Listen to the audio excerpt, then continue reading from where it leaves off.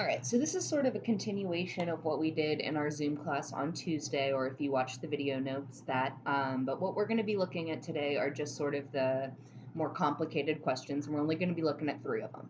Because again, this is sort of as complicated as exponents get, so we're going to be spending today looking at these again. Tomorrow you'll have a little skill check. It's going to be 6 questions, not that big of a deal. And then next week, we'll kind of spend looking at all of our exponent rules again, making sure that we really know how to apply these. Then we'll look at scientific notation for a week, and we're going to be done. So we are really getting close to the end, and I appreciate those of you who continue to do everything you're supposed to be doing. So it's asking us, what does it mean to be simplified? And in the problems that we have been doing, there have been a couple rules about what it means to be simplified. One of the most important things when you have a problem that is simplified is that each base appears only one time. So if you have a base that appears twice, like in this question here, this would be 5 to the first times 5 to the third times 7 to the negative second. Well, that's not simplified for 2 reasons, one of which being that 5 to the first and 5 to the third can be combined. That base of 5 cannot appear twice. Next, you should have only positive exponents. So again, this one's wrong because you have 7 to the negative second here.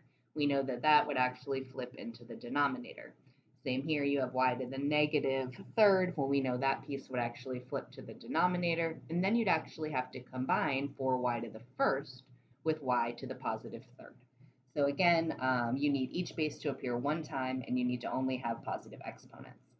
So there's a couple steps to get these done, and the only thing that I do differently here is that I do not apply the negative rule last. I actually apply the negative rule first, because I would much rather deal with positive numbers than negative numbers as I'm solving. So the first thing that I'm going to do anytime I get a problem like this, first of all, if you are working from home, you need to write that down right now. And then we're going to work it out together step by step. So the first question here is just going to be to rewrite the problem, because I see that I have a negative exponent down there, and so I don't want to start the problem till I have only positive exponents. So in the numerator, all of these are positive, so I'm just going to rewrite it as 5 to the 4th times 5 to the 6th times 2 to the 7th. So 5 to the 4th, 5 to the 6th, 2 to the 7th, they're all moved over here. Now this 2 to the negative second needs to come to the top, and it's going to become 2 to the positive second. And then I still have in the denominator 5 squared times 5 squared times 2 to the power of 4. Well, now I need to use my multiplying like bases rule. So if I'm looking here, I have a base of 5 and a base of 5. So when I combine those in the numerator, I still have a base of 5, but now it's 5 to the, well, that's 4 plus 6, so that's 5 to the power of 10.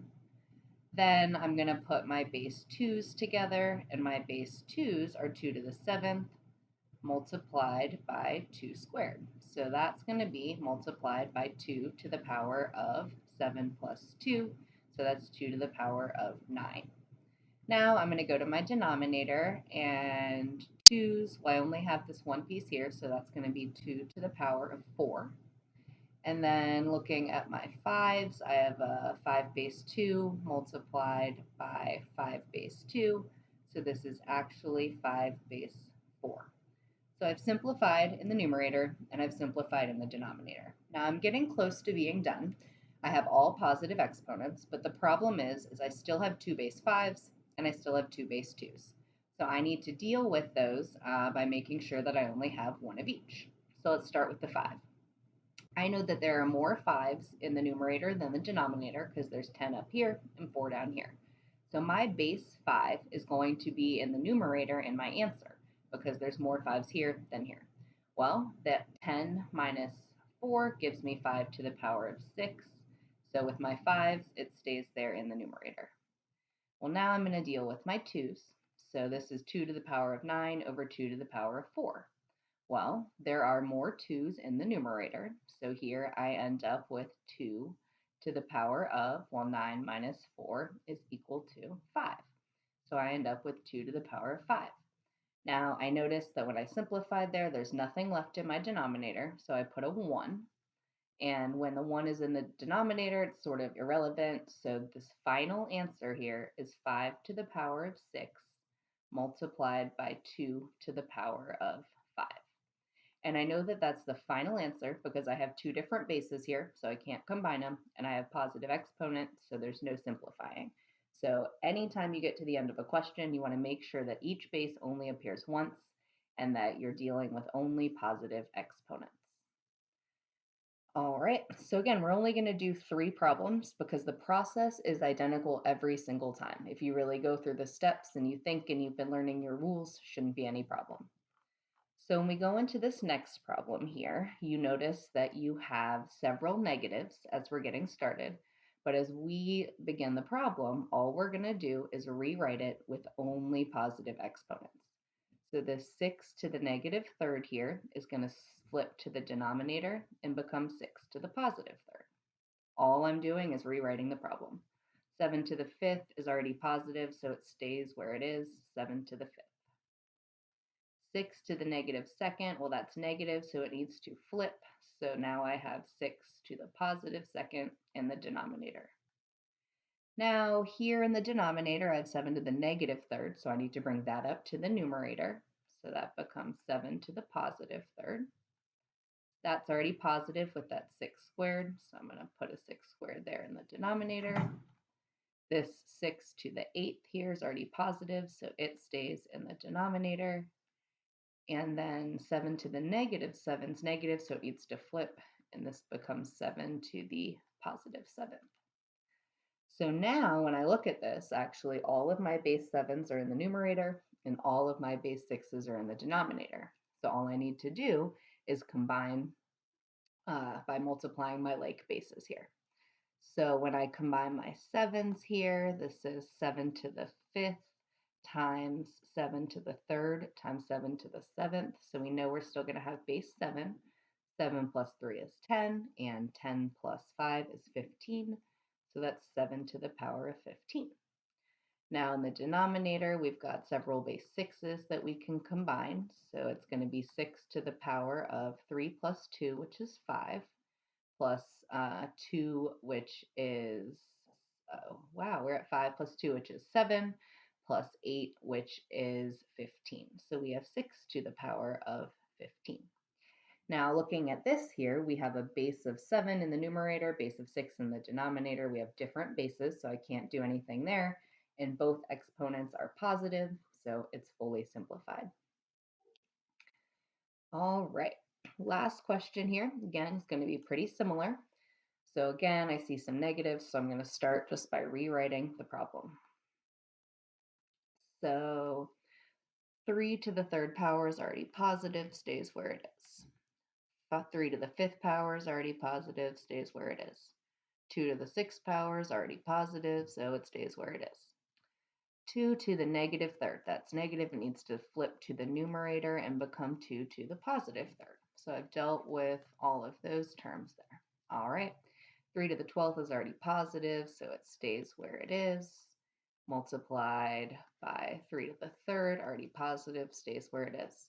We know that anything to the power of 0 is 1, so 2 to the power of 0 is actually just saying times 1, and I don't even need to write that because times 1 doesn't matter. So what I'm going to do right now is I'm going to start to combine my like bases through multiplication.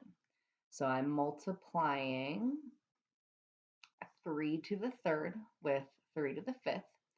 So that's going to become 3 to the power of 3 plus 5, 3 to the power of 8. Then I am multiplying 2 to the 6th by 2 to the 3rd. So that's going to be 2 to the power of 6 plus 3. So that's 2 to the power of 9. Then in the denominator, I'm going to have 3 here, and that's going to be 3 to the power of 12 plus 3, so 3 to the power of 15. So when I go to simplify here, there's nothing I can do with 2 to the power of 9. It just needs to stay right where it is in the numerator. And now I'm going to think about my 3's. Well, I've got a base 3 in the numerator, base 3 in the denominator, so I know I can simplify. When I look at this, I've got 3 to the 8th in the numerator, 3 to the 15th in the denominator. That means there's more 3's in the denominator, so the 3 stays in the denominator. And I know that 15, the difference between 15 and 8 is 7, so it's 3 to the power of 7. Looking here, I've got different bases, so I can't do anything there. Positive exponents, so my final answer there is 2 to the power of 9, 2 to the power of 9 over 3 to the power of 7. So if you really work carefully through and slowly through these problems, make sure that you're paying attention to positives and negatives. These problems are not super hard, even though they look pretty complicated. So again, that is your only assignment for today, was to look at those and work through those problems. But again, so tomorrow you're going to have a 6-question skill check about this. And if you didn't watch this video, it would be really hard. But now that you have, it's going to seem very easy. So go ahead and if you want to, you can complete that now and just be done, or you can be done with math for today and work on that tomorrow. But regardless, we are going to continue next week, so you want to stay up to date. All right, bye y'all.